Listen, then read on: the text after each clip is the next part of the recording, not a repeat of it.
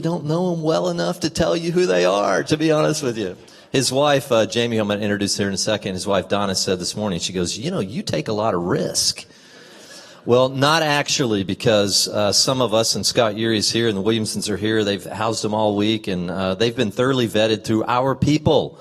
And so once I have that, that's all I need to know, Scott and Kathy Urie. So anyway, I'm thinking about it this week, and I'm thinking as I had several events and that night, and one event that I really wanted to go to, which was a kind of a reunion for some of the Israel folks, and Scott had invited me, and Kathy had invited me to this thing, a month or two ago, and I'd seen it on my calendar, and so I was going to make a little 30-minute appearance, and 3 hours later, I was still there.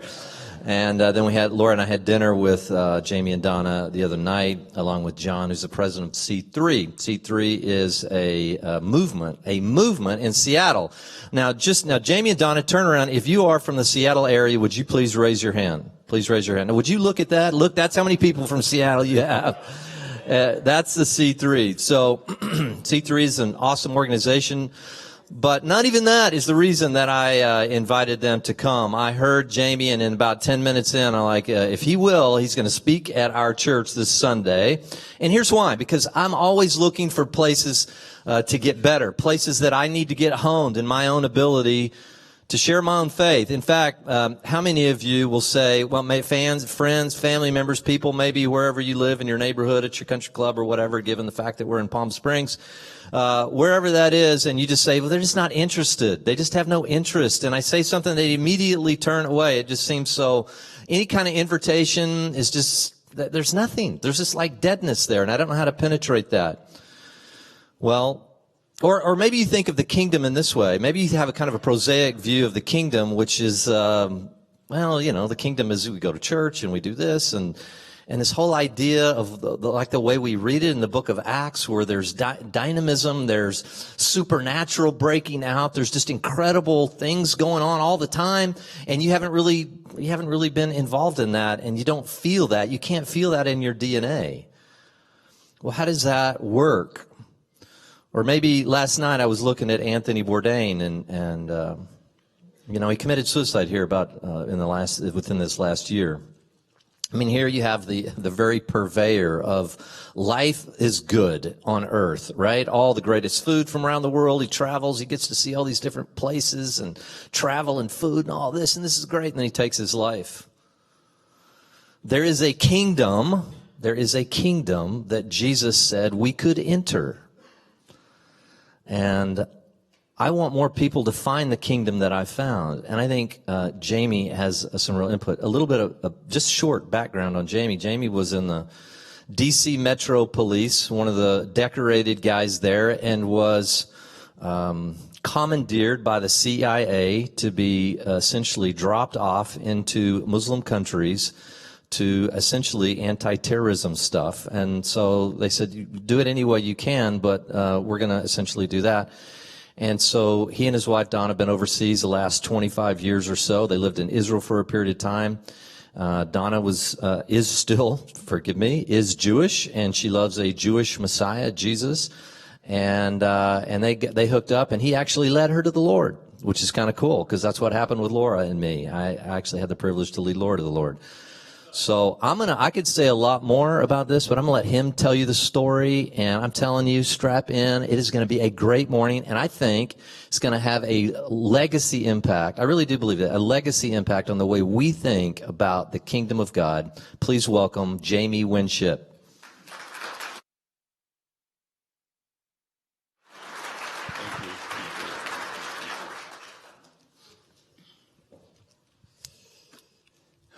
Wow, thank you. Wow, he is taking a risk. There's no quite doubt about that. And I admire him, because I said, how secure is your position here? And, I don't care. I'm only going to be here once, and I'm leaving. And, we just met Jeff and Laura, and wow, same thing. You just kind of can feel these things in your heart and your spirit. And, so it's an honor to be here. When I was out there standing in line for a cup of coffee, and a person behind me said, man, I hope this guest speaker's good, And And I was like, me too, brother. And I asked God if he heard that. Did you hear that? Like, you better be here. So, which he always is because he's omnipresent. Yeah. Anyway, so I thought I'm going to, my background is, as Jeff said, is through police and through the government. When I do that, it means secret, so that's our code out in the field is we do this to each other. Like, we know who you are. But, so what I'm going to do, I want to read two passages of scripture to you. And then I'm going to, since I told Donna, I'm going to do something I've never actually done before because, what's the risk? I'll never come back here. So I think I'm going to try that on you this morning. I hope it works, Lord. And, so I'm going to read two passages of scripture. And then what I'm going to do is I'm actually going to tell you tactically what I'm going to do.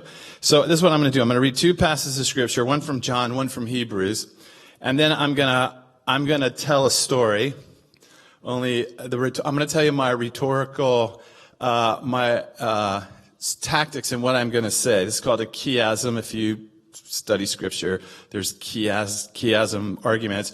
But the story's going to go like this, so you can keep track. If you doze and you wake back up, you'll know the marker, so you'll be able to jump right back in there. So I'm going to start with this. I'm going to start with, I'll give you little titles of the sections. So part one will be 4 guys in the Baghdad incident. Next, we'll shift to the Islamic trial, then to the CIA interview, then to the kidnapping case, down to the nurse, and then to the movie theater. We're gonna descend down and end up in the movie theater together, and then we're gonna ascend back up and end with the 4 guys again. Okay? Everybody got that? That really sounds exciting, doesn't it? Wow, I hope. Anyway, here we go. So the verses. So reading from John 10. This is Jesus. But he who enters by the door is the shepherd of the sheep. The watchman opens the door for this man, the shepherd, and the sheep listen to his voice and heed it. He calls his own sheep by name and brings and leads them out. They will never on any account follow a stranger, but will run away from him because they do not know the voice of strangers or recognize their call. Down to 17, John 10. And I have other sheep besides these that are not of this fold. I must bring and impel them also. So 2 folds.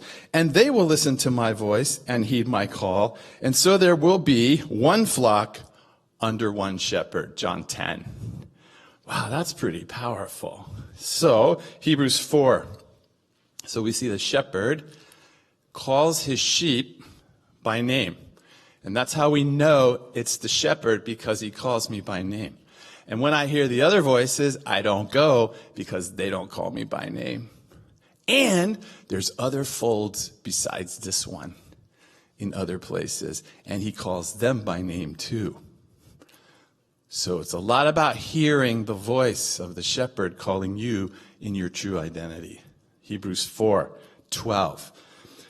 For the word that God speaks, not just the word that God speaks, the Hebrew writer says. For the word that God speaks is alive and full of power. It's active and operative, energizing and effective. It is sharper than any two-edged sword, penetrating to the dividing line of the soul and spirit, and of joints and marrow, of the deepest parts of our nature, exposing and sifting and analyzing and judging the very thoughts and purposes of the heart. And not a creature exists that is concealed from his sight, but all things are open and exposed, naked and defenseless to the eyes of him with whom we have to do. In other words, when that shepherd speaks, his voice cuts deep into the deepest part of who we are. He doesn't just say nice things. His words, his voice is a two-edged sword that cuts that deep. What if that was true? Wow, what if that was actually true on Monday morning and Tuesday morning? What if that was real? So, 4 guys, and the Baghdad incident. So we were working for the government and in a country, in a Middle Eastern country. And part of my platform in those places is I'm an educator. And so I was teaching a class for the government of a country because we were looking for 2 specific people. And we knew that a class, if I taught a certain kind of class, perhaps they would show up to this class. So I have a university teaching background, among other things. And so I was teaching the class. In fact, these 2 people show up to the class. So they're in the class. We call them my focus people, the ones I'm focusing on, and pretty intense bad guys. They're bad guys. And so they know sort of who I am, and I know exactly who they are. And so I'm teaching the class, and what I want to do is get in a conversation away somewhere with these 2, but I have to kind of let it happen.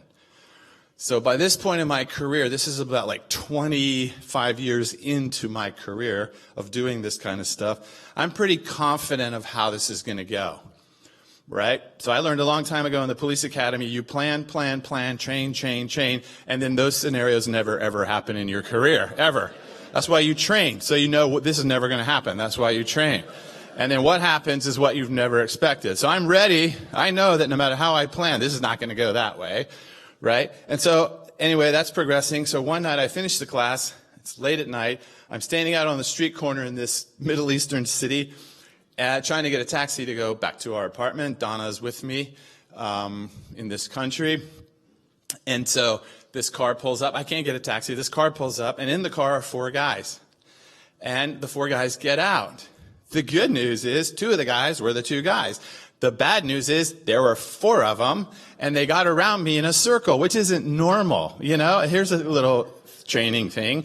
If you're in the Middle East and a car pulls up and 4 people get out and get around you in a circle, it's not good. It's not a good, that's not a happy thing. They're not coming to pray for me, I can tell you that. It's not a prayer circle. It's not a greeting circle. And they get around me and they say, "We would like to give you a ride home." And I go way deep back in my training, like 3 minutes, and go, I don't need a ride home. That's how fast I can figure these situations out. That's why I'm so skilled in what I do. And so, however, where my mind goes is into the Baghdad incident. So the city that I'm in this situation is not Baghdad. We were in Baghdad the year before, and in Baghdad the year before, 5 of our guys, men and women of our team, were in a car, got stuck in a traffic jam, and they were all killed except 1. And the one that survived was shot 31 times. That was the survivor. So in my mind, in this city, 4 guys around me that are inviting me into their car, my mind goes immediately to the Baghdad incident, and I'm like, I think I'll walk home. Right? That's just good stewardship of my life, basically. I think every good Christian would affirm that decision. But it came more like this, run. That was more how I thought about it, like run. That was more. And so, however, I made a critical, now I wouldn't say mistake, but I got a little more, I sought more information, which can be dangerous, and I asked God a question. Be careful. And I said to the Lord, the guys were saying, we want you to get in the car, we'll give you a ride home. And I said, I don't need a ride home. I'll walk home. However, because I happen to believe in God, and that God may, upon occasion, know more than me about a current situation that I'm in. You know, he doesn't always, because, you know, you have to tell God what's going on down here all the time. Have you noticed? Did you ever do that? Like, he doesn't seem to know. Otherwise, I mean, I read the whole Bible, and like lots of times people on earth are going, you don't seem to understand what's happening down here. If you did, you would have never given us the plan you just gave us. Because you, like that, right? Like, send the band in and blow trumpets to knock the wall down. Do you understand what's happening down here? Like, that doesn't make any sense. Like, that kind of thing. I'm familiar with the case studies of the Bible. They're scary. And so I say to the Lord, I kind of just said, I didn't want to ask him if he wanted me to get in the car. That's too much commitment. I just said, you don't want me to get in the car, do you? Like, you know, that kind of prayer. Do you ever pray like that? You're not really asking for an answer. You're just sort of informing God on what you're going to do and hope he agrees, right? That prayer life. And so I say, you don't want me to get in the car, do you? And And unfortunately, really strongly, I sense, yes, I want you to get in the car. Which couldn't have been God. Couldn't have been God. Because God would never say something like that. Where in the Bible has God asked a person just to go in a situation where possibly you could die? Where? Unfortunately, it's the whole Bible. That's the thing about the book. So I didn't want to really think about the Bible in this situation. But it was a pretty strong, yes, which is weird, because I knew I didn't want to get in the car. I think even Satan would have said, that's a dumb idea. I think, but so what was this compulsion, get in the car? So I asked God again, like you do. Wait a second. Do you understand who these guys are? Do you know who these 4 guys are? As if he doesn't, knit them together in their mother's womb or anything like that. But, and he says, my sense is, I want you to get in the car. So, obedience is better than sacrifice. Have you ever read that? Obedience is better than sacrifice. We want to bring our sacrifices to God, but we don't want to obey him. And he doesn't like that. Sacrifices are unimportant. Obedience is really important. And so I'm like, oh boy, okay. So I say, okay, I'll get in the car. I'm willing to get in the car. And just so God knows, I'll get in, but this is a bad idea. But the thing is, I don't want to get in the back seat, right? So how do I get in the front seat? You ever thought about this? So I'm not going to ask them if I can drive. I'm pretty sure they won't let me drive. And I don't want to yell shotgun, to get, that would be not smart. So I'm pretty much stuck. And I'm like, okay. And so I get in the back seat between the 2 guys, which is, in the Middle East and the places where we work, and because the Baghdad incident is very strong in my mind, it's like getting into a coffin between 2 guys in a back seat who I don't know, and the 2 I do know are not nice. So I get in the back seat between these 2 guys, get in the car, driver, and the main guy, the main leader, he's in the front passenger seat, and he says, where do you live? Now, I don't actually want to tell him where I live because Donna's there, but I want to get in the vicinity of my apartment. So I said, that way. This straight ahead, this way, just go this way. And so they make a U-turn and go the other way. So I say to God, they just made a U-turn. He's like, I know.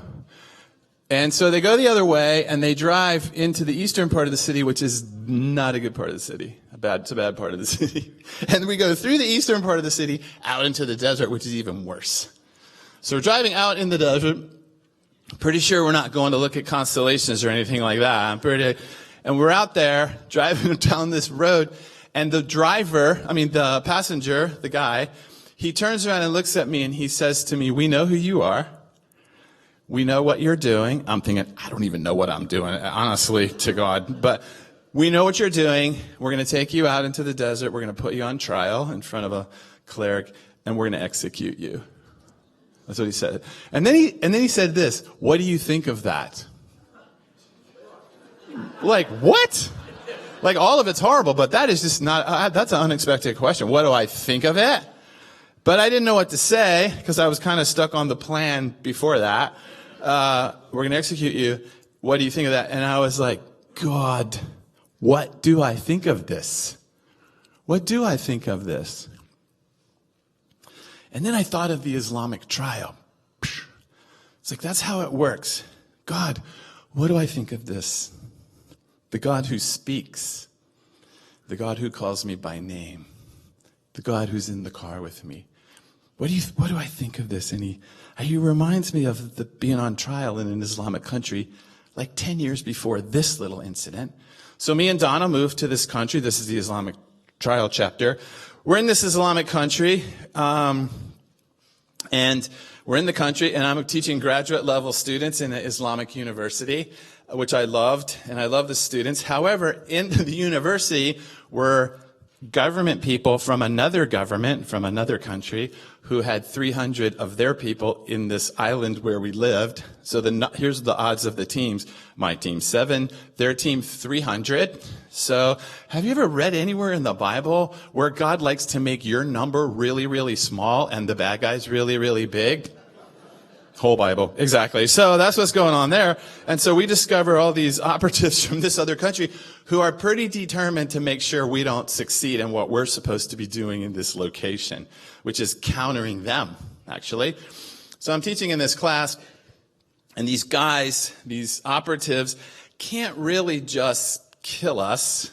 Later they tried that, but at this point it was pretty like that. And so all they're trying to do is get me to make a verbal mistake so they can charge me with violating Sharia law and put me on trial. So every day I'm in the class and these guys are in the class and they're just keep asking me questions and trying to get me to make a mistake. And eventually I do. I say a sentence incorrectly. I say something negative, and I'm arrested. So I'm arrested. And we're on a little tiny island. It's just me and Donna, and our kids are 6, 5, and 10 months old on this island, and we can't get off of it. And so I go, and they just tell me, "You're under arrest, and you're going to go on trial for what you just said," which I did say. It was a mistake on my part, and the penalty is 10 years in prison and an Islamic trial, and you're not allowed to speak because you're not a Muslim. So you're basically going to come. We're going to read the charges, see if anyone wants to defend you, which they won't, because they'll get in trouble, and then you're going to prison for 10 years. See you Tuesday.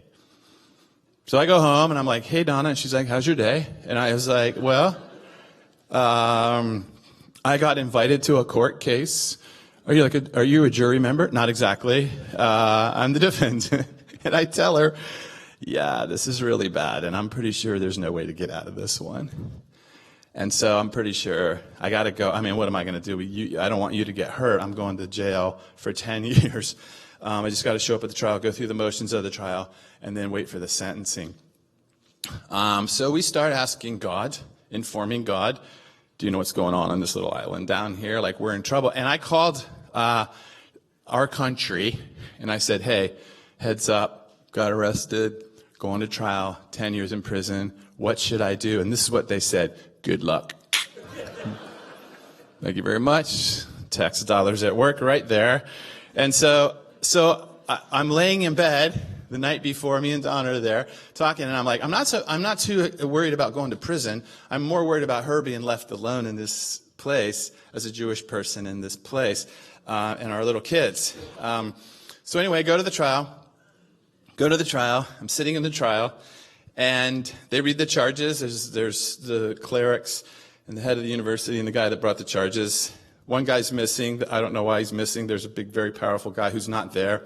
I figure it's because I'm an American. He's not going to get involved in this. And so they read the charges, and I'm sitting there and I'm thinking, why did I make that mistake? What was I'm asking God, what do you want me to know? What do you want me to do? Like, what is here to learn? And I shared this the other night. I told our oldest son at the time, who was 6, I just said to him, he didn't know what was going on, And I said, "Hey, we came here to work with students." He's like, "Yeah." And I said, "Well, sometimes God changes your ministry. I'm now going into prison ministry." So I told him, I'm going into prison ministry for about 10 years to work with inmates from the inside, because we believe in that. We're going all the way. And you'll be 16 when I'm out. And this is all he says to me: "Is Mom going?" I'm like, "No." He goes, "Okay, well, all right." So I'm sitting there and I'm asking God, wow, what is this about? What is this about? I made a mistake. I did make a mistake. Is the mistake 10 years in prison? And then I think of the CIA interview, because that's what got me into this country. So back up to the chapter on the CIA interview. So I'm a detective in D.C. area, and I get a phone call one night. I'm in my 5th year, and it's this magistrate who calls me and says, "Hey, Jamie, I want you to meet a guy. He's an interesting guy. I want you to meet him. Come to this bar downtown. I want to introduce you to this guy." "What's the magistrate?" I'm like, "Yes, sir." I go downtown. I meet with this guy. He's an operations guy for the company, and we're having this conversation, and he pulls out of his briefcase a folder with every case I've worked in my police career. And he drops it on the table, And he starts flipping through it, and he goes, how are you doing what you're doing in the police department? Like, how are you closing these cases? What's your process? I see what you did factually, but what is your thinking process in going through this? And I'm like, I don't really want to tell you my process because you're not going to like my process. And he says, I don't care what your process is. I want to know how you're doing this. And there's this one particular case, which is the kidnapping case. So when I was a young police officer in my second year, cut loose from my training officer, who was my greatest nightmare of my life, cut loose, I'm on my own, working with a partner, and we get called to a kidnapping case from a bus stop. So this is back in the 80s. So no computers, none of that stuff. The school calls, hey, we're missing a kid. Start backtracking, realize he was taken from the bus stop. No witnesses. The little kids at the bus stop weren't paying attention. This is back when this is really unusual. The parents aren't involved. It's just a random. Parents took him to the bus stop, left. He's gone. So we're working this. I go to meet with the father, who's hysterical. He's crying. The wife can't even talk, and he's like, he's just freaking out. And in these situations, every hour that passes is like, and we're way into it.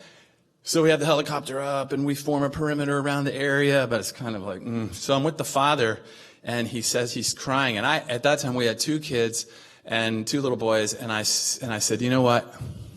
We're going to find your son. We're going to find him. We're going to find him. But now in the police department, you never, anyone that's in law enforcement, you never say that to a parent, ever. And so I say, we're going to find him. I know we're going to find him. We're going to find him. Just calm down. How are you going to find him? I don't know, but we're going to find him. All right. And I walk away from my partner's like, why did you say that? And I'm like, I don't know. I just felt compassion on the guy. It just came out of me. I know not to say that. I don't know why I said that. I just said it. So we go out. And we split up. I get in my cruiser and I drive away. And I pull over on the side of the road and I'm like, Lord, why did I say that? Like, where did that come from? That's so bizarre for me just to say something like that professionally. And I'm just sitting there and I'm like in agony, like, what in the world? Why did I do that? This is going to really hurt me professionally. And then I think, well, the reason I said that's because of the nurse. So when I was 17, I'm in the hospital.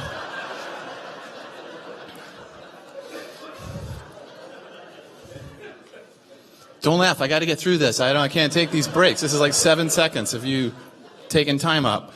So I'm at 17. I'm in the hospital because the day before we were in a wrestling tournament. My high school was in a wrestling tournament in Christmas, the season. So I'm in this tournament and I'm wrestling this guy, and he does this maneuver and he snaps my leg on purpose. Oh, it was on purpose. He got forfeited, but big deal, forfeited. So I have to go into the hospital immediately into emergency surgery. And on the way to the hospital, all I can think about, the only thing I've ever wanted to be in my life is a police officer. That's all I've ever wanted to be. I didn't even like sports. I just played them to stay in shape and because I was mad all the time. And so here I am on my way to the hospital with I know a severe leg injury, and I'm pretty sure I can't pass a police physical. And I don't care. It's like, oh my God, I don't care about wrestling. I don't care about football. I don't care. I just want to be a police officer. And my leg is going to ruin. I won't pass the physical. And I go into the hospital and they put me to sleep. And I wake up the next morning and I had this cast, from my hip to my toe. And I'm just so devastated because I can't be the dream that I've always wanted to dream, which is to be a police officer. And there's this nurse sitting next to me. She turns out to be the physical therapist. The doctor comes in. I said, am I going to pass a police physical? And he says, I don't know. You're 17. I don't know. But he said, but you're not playing sports anymore. I can tell you that. You're done. I'm like, I don't care about sports. I care about the police physical when I'm 21. That's what I care about. And he goes, I don't know. And he walks out. And I'm so mad and I'm so devastated. And the nurse next to me, she says to me, she said, your leg will heal. Your leg will heal. What won't heal is your heart, your bitterness. She said, that's what's going to ruin you. And I'm here to help you get well from the bitterness. And I said every cuss word to her I knew. I mean, everything I could think of at 17, which was limited. I hadn't been a cop yet. There's a lot more to learn. But at that time, and I was raised independent Baptist, so, we had damnation and hell. Basically, were the only two words we had. And you had to say damnation to make it biblical. But it sounded funny when you're yelling at someone, damnation? I don't know what that means. But anyway, I let her have it because I'm so mad. And she says, yeah, exactly, that right there. That can't heal like your body can heal. That has to be healed by Jesus. Then I really lit into her. Oh my. And so I drove her from the room with my 4 curse words. I just was like, get out. I don't want to talk to you. Get out, get out, get out. And she walks all the way to the door. She's walking to the door. And then she turns around and she goes, see you tomorrow. And I'm like, it didn't work. It didn't work. I was mad at her. I threw my anger at her and she didn't receive it. She dropped it on the floor. Like, I think she still likes me, even though I insulted her in every way I could. How does a person get to be like that? What is that? How can she do that? And she came back for 5 days. And 5 days she sat there with me and kept saying to me, let me help you get well here. And I realized, oh my gosh, she's more than a nurse. She has an identity that's greater than her vocation. She has an identity of healer. She's a healer who's working as a nurse. There were lots of nurses. There were lots of doctors. There weren't healers there. That was a different level. Like, she was reaching inside my anger, through it, right through it, reaching down into my fear of not being who I wanted to be in my life, which at that time was a police officer. And she was making me well, even though I was cussing her out. And she was going to win. I knew it. She's going to win. It would make me madder, and she'd win more. Like, the madder I got, the more she loved me. And she was a single mom, worked her way through nursing school at night. She was from West Virginia. Oh my gosh. And I was just like, she's going to make me well, and I don't even know who she is. Who is doing this inside of me when she talks? And then I remembered the movie. When I was in 8th grade,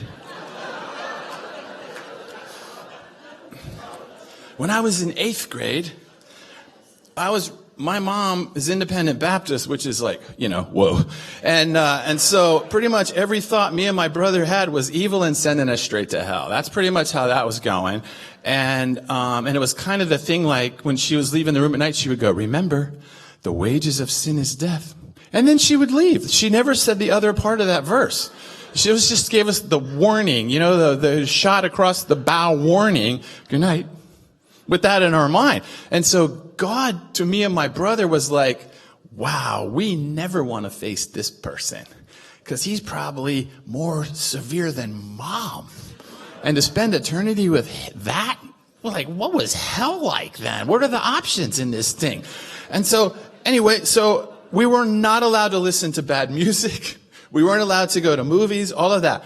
But one night, I decided, through a series of events, that I was going to sneak into a movie. And I knew that God couldn't go into movies. He could only stand outside. And so I figured, I'm going in there where he can't go. It's kind of a Jonah thing. Instead of throwing myself in the water, I threw myself into a movie. And it was an R-rated movie where I was positive he couldn't go. He could probably go into a Disney something, but not R. He can't go into R. And so I sneak into this R-rated movie, just to be defiant. Other things going on in my super critical, important 14-year-old life. And I get in there, and a lot of stuff happening in my life. And the movie is the movie Serpico, which is a true story. For those of you who know that movie, Frank Serpico was a New York City police officer. And I go into the movie, and I'm in the movie, and it starts. And it's the life of this police officer, this rookie police officer, and he starts the NAP commission, and he fights corruption. He's this hero, and he gets shot in the line of duty, and he's this amazing guy in the whole movie. Something inside of me calls my name. Like, I don't know what it is. It's like this movie is naming me, but it can't be the movie.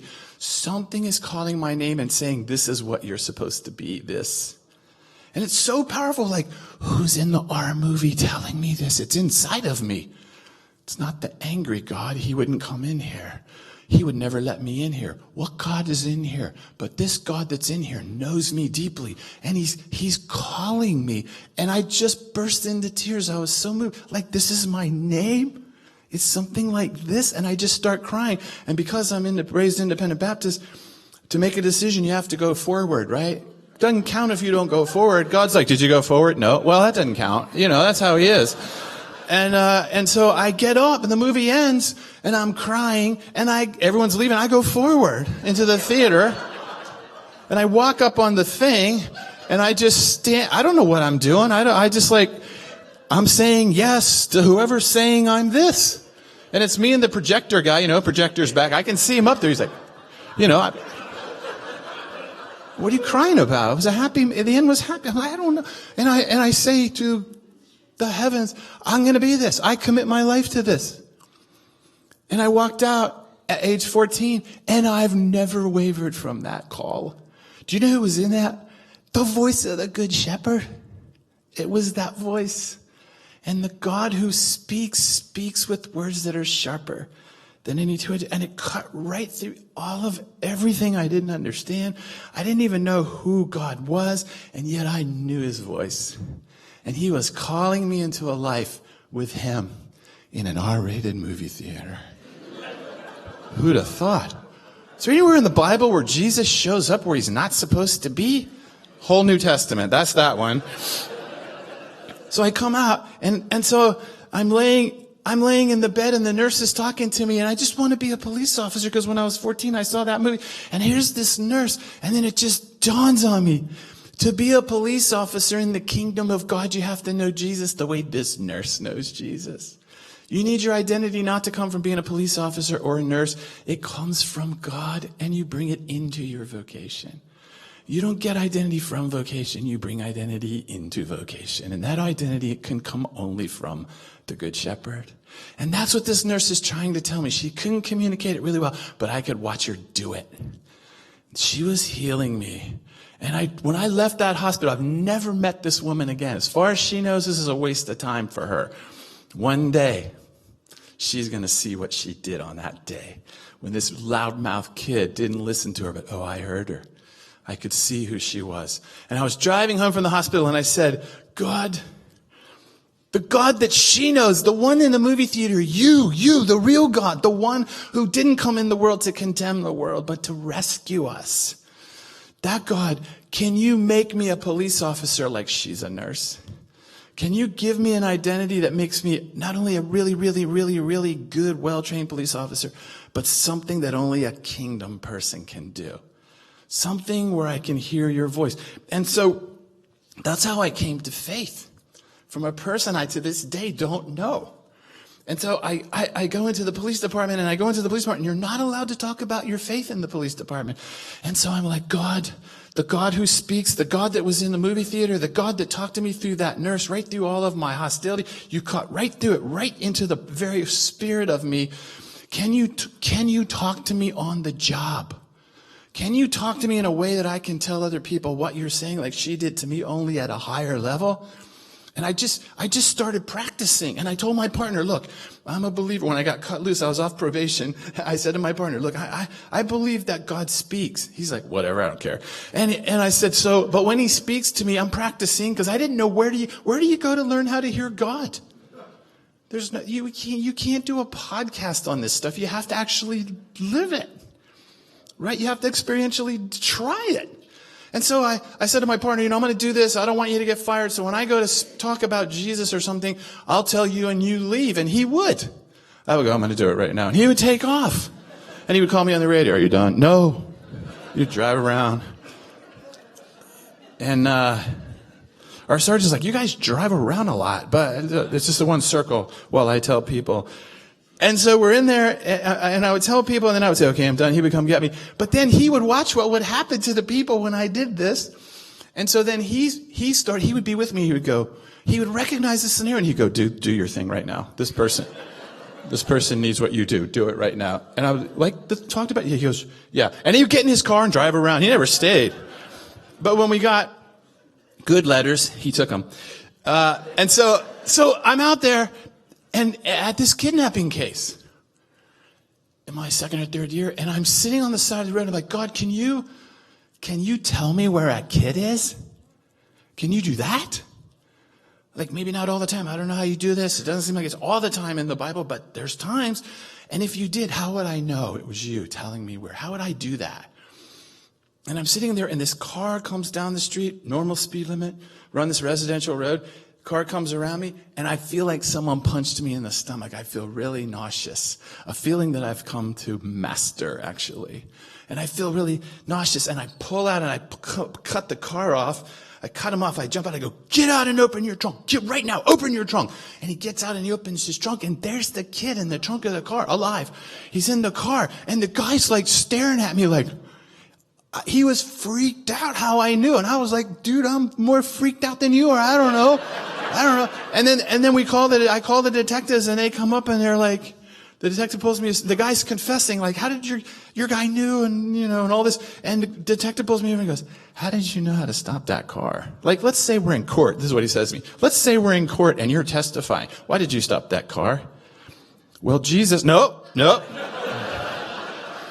not saying that. Nope. And so that was the kidnapping case made me officer of the year and detective later. And I realized, I can do this all the time on the job. Not to this level. I don't understand. There's no formula to this. It's just listening and asking and seeking and knocking and finding. If you're not doing it, you'll never know, right? Just sit there, an average Christian, but knock and seek and find.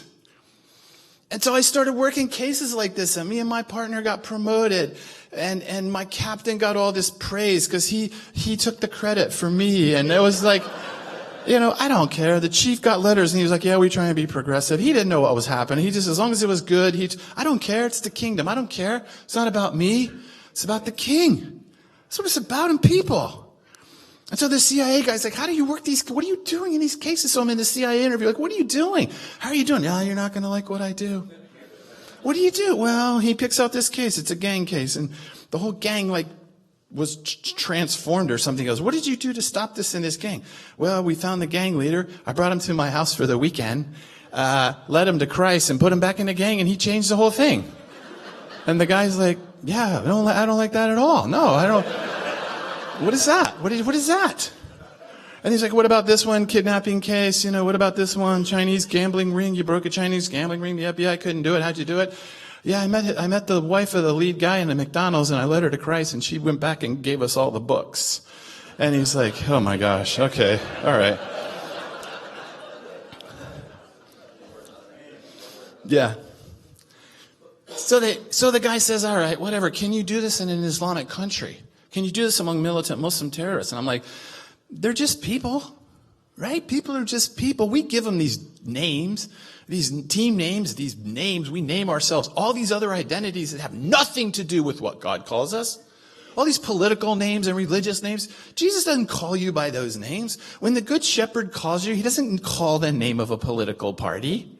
He calls you, the name he knit together in your mother's womb, that name. And we don't even know what it is. That's how good the enemy is. And so they say, can you do this? And I'm like, I'm pretty sure I can do it. And they say, okay, here's the target spot. We want to counter this movement in this country. It took me 3 years I came up with the scenario on how to do it. It took us 3 years of preparation to get put into the place where we were. And I get put into that place as a teacher in an Islamic university. And now I'm sitting in a trial, getting ready to go to prison for 10 years. But I'm remembering how I got to this day. Because David says, oh, my soul, why are you so downcast within me? I will remember the days. Remember the times? Where's the first time you met Jesus? He was in an R-rated movie. Can he show up in an Islamic courtroom? I'm pretty sure. Do you have an identity that can stand above your vocation? Like the nurse, she taught you that? Yes. Can you find things that aren't found? Can you see broader in a situation, God, that I can't do? Remember the kidnapping case? Remember that? Yeah, but does this work in my position as an employee of this government? Remember the CIA interview? Yes. And David says, and I will yet praise you then. And so I'm sitting in that courtroom and I'm like, God, what do you want me to know here? What do you want me to do? And I'm looking, and they read the charge. Anyone want to speak on this guy's behalf? And I'm like, going down for 10 years, Lord. Teach me what you want me to know. Just let me learn. I want to go to the next level with you. And the door opens up, and this guy walks to the front of the courtroom, and he says, I'd like to say something in English. The whole thing's in the other language, and he says it in English. I want to say something. I'm like, who is this guy? And all of them look at the guy and go, okay, you're free to speak. So he has to be a Muslim. It's like, wow, who is he? I've never seen him on this island that we're on. And he goes, I just want to tell you one little story, and then I'll let you do whatever you're going to do with this American guy. He goes, so I just graduated with a PhD from Arizona State University. You all know that. And they're all like, yeah, we know you. I'm like, not only is he a Muslim, he's famous. And he has a lot of power to walk in like this. And he goes, when I was at Arizona State University, I went into the PhD program in linguistics. And when I went into that program, I knew I was going to fail because I wasn't good enough in English or linguistics to pass. And so me and my wife sat on our bed in the apartment at Arizona State University and cried because if you take a full government scholarship to go to a country and you fail, you are ruined the rest of your life in this Islamic country. And he said, and I knew I was ruined. But then there was a knock at the door. I opened the door. This is what he's telling in the Islamic court. There's a knock at the door. I open the door. It's these two American students. They come in. They talk to me. They're in the same PhD program as me. And they say, it's a really hard program. You're probably not going to pass. But we are here to sacrifice everything we have to make sure you pass. And to make sure your wife is comfortable here. And the guy says they introduced their wives to my wife. And these men met with me. They were never too tired, never too busy to meet with me and help me. And I finished higher in the program than both of them because they kept lifting me up above themselves. That's what he says in the courtroom. He goes, and then one day, these two guys invite me to a Wednesday night meeting. And I'm like, oh my gosh, you're not going to say this. And he goes, and I went to the Wednesday night meeting. And I went to that Wednesday night meeting every Wednesday night for 3 years. And you know what that Wednesday night meeting was? It was a Bible study. That's what he says in this courtroom. It was a Bible study. And I loved it every Wednesday night studying the Bible with these men who sacrificed on my behalf. He goes, now does anyone have a problem with me going to a Bible study? Anyone think I'm a bad Muslim? And all the Islamic clerics are like, no, you're a good Muslim. And I'm like, who is this guy? And he goes, now here's my problem. Now we have an American here among us. Now when I was there, I could be considered their enemy, but those guys loved me and helped me. And he goes, now we have one of them among us. And he said, and we're going to put him into prison because he made a mistake in what he said? He goes, I just don't think that's right. Do you? Thank you very much. And he just left. And the cleric goes, I think we need to drop these charges right now. And they look at me and go, you're free to go. And I was like, I am. So I back out. Learn this in the police academy and other training, back out. I get all the way out. Like, who is this guy? And I think it's an angel, really. But I see him outside, but he's smoking. I'm like, nah, okay. Because if he was a smoking angel, then I had a theology problem. It would have been a big issue for me. And my independent Baptist mom, Christians don't even smoke, angels definitely. So anyway, so I see him leaning out post-smoking, and I go, who are you? And he tells me his name. And he said, do you know who I am? And I said, no. He said, did you see who wasn't sitting up there in the front? And I said, yeah, the head of the whole Islamic Association of the country, the most powerful Muslim in the country. He was supposed to be there. He's the one that charged me. He wasn't there. He goes, yeah, he was killed in a car accident yesterday. He goes, I'm the new one. He goes, I was appointed 24 hours ago. He goes, and I was in the Capitol. He flew across the country. He saw my case, and he said, I flew across the country to come in here and thank the two friends that met me at Arizona State University. I've been waiting to thank them. He goes, but let me tell you something. He goes, I know you're here because Jesus loves you, and you want to tell us about Jesus. He said, but you're insulting us every time you open your mouth. Love us. Love us. Don't insult us. Love us. Win us. Don't try and beat us. Win us. And you will be fine. Otherwise, I won't even be able to help you. And he walked away. And that guy protected us for 5 years. When I left there, it was the Lord saying to me, don't forget who's the one that does the talking here. Me, not you. Me, not you. And I was really good in the PD, letting God speak. But somehow when I got to this country, I had lost my sense and I thought it was all on me now. I got to argue them into the kingdom. I got to fight with the religion. And the Lord's like, no, no, no, no. Let them hear the voice of the Good Shepherd. Let them hear the voice of the Good Shepherd. And so I walked out of that trial free, and we were in that country for almost 10 years practicing that. And then we went to Baghdad, and now I'm in this other country in the back of the car. And I'm remembering how I got there, and I will yet praise you, Lord.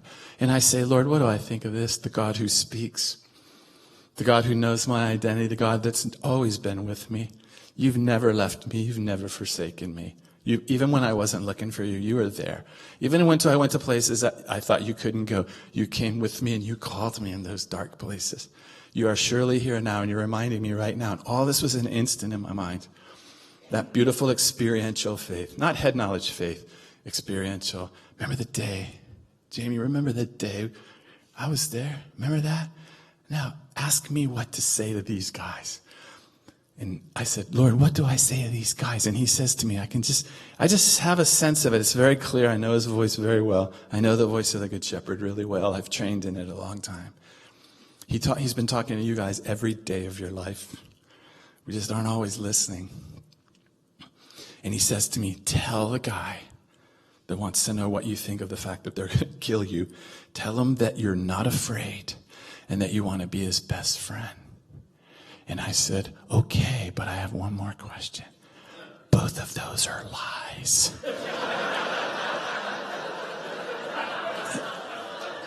And I'm having a theological problem with lie. Are you telling me to lie to them? Because I am terrified, and I hate that guy's guts right now.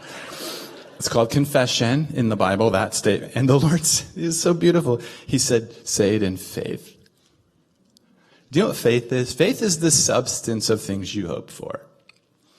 It's the evidence of things not seen yet. Say it. Make the word become your flesh. Say it. Say it to him and watch what happens. And I say to the guy, you know what? I'm not afraid of you. And as soon as I said, I felt got a little bit braver. Not a whole lot, but a little bit braver. And I said, and I really do want to be your best friend. And as soon as I said it, I could feel that interior of that whole car shift. It was like someone turned a light on or something in there. Something broke. And the guy looks at me and he goes, do you want to be my friend? Yeah. About a 3 on a scale of 10 right now. Yeah, it's going up. Yeah, I do. And I'm actually less afraid. And he goes, all right, okay. He goes, all right, take him back in the city. He says, we're going to take you back in the city. We're going to take you to where you live. You go in, and tomorrow night we'll send a driver, and you bring your wife with you, and you get in that car with that driver, and you go wherever he takes you. You want to be my friend? And trust me that we don't kill you and her together. You want to be my friend? I'm like, okay. They take me back, drop me off. I go inside. Hey, Donna. She's like, how's your day? Good. We got a dinner invitation for tomorrow night. She goes, great. I'm like, well, you better just sit down. And so I tell her the scenario. Well, Donna is more than just my wife. Donna's like my partner in every way. We've lived together through all these situations. She's always with me, most all the time. She's with me, and everything that we do because we both agree it's the right thing to do. And so I know that when I go home and tell Donna, look, we got to get in the car and trust it. I don't know, they could kill us. I don't know what's going to happen. I know she's going to say this. She's not going to say yes to me. She'll ask God, what do you want me to know? What do you want me to do? And when He tells her to get in that car, she'll get in. I know it. And she prays and she says, we need to go. Get in the car. The car comes the next night. We get in the car. They drive us way up into the hills. Oh my gosh. Oh my gosh. I was like, isn't this romantic? And she's like, just shut up. You don't talk.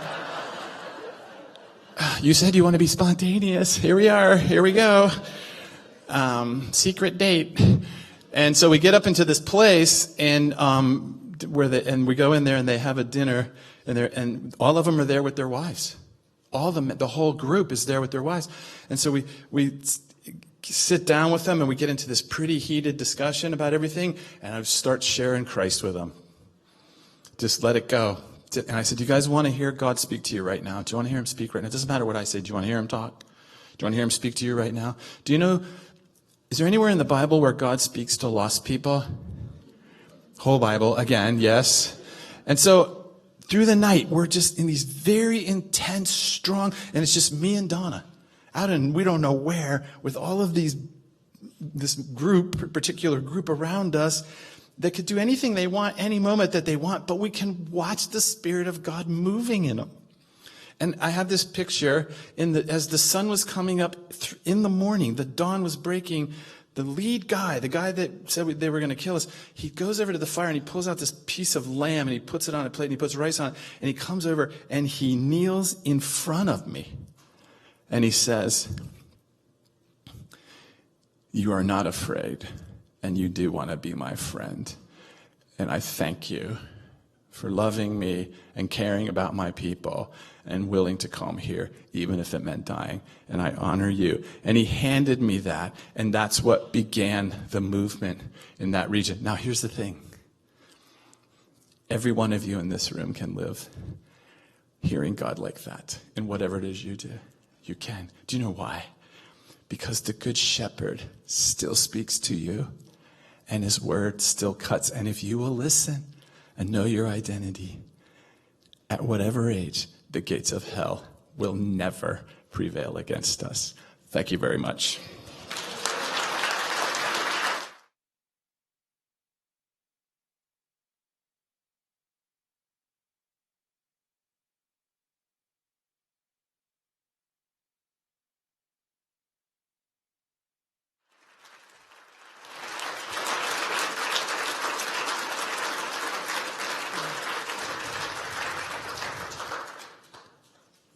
What do you say to that? Let's roll that last worship song, and then I'll come up, say a couple words.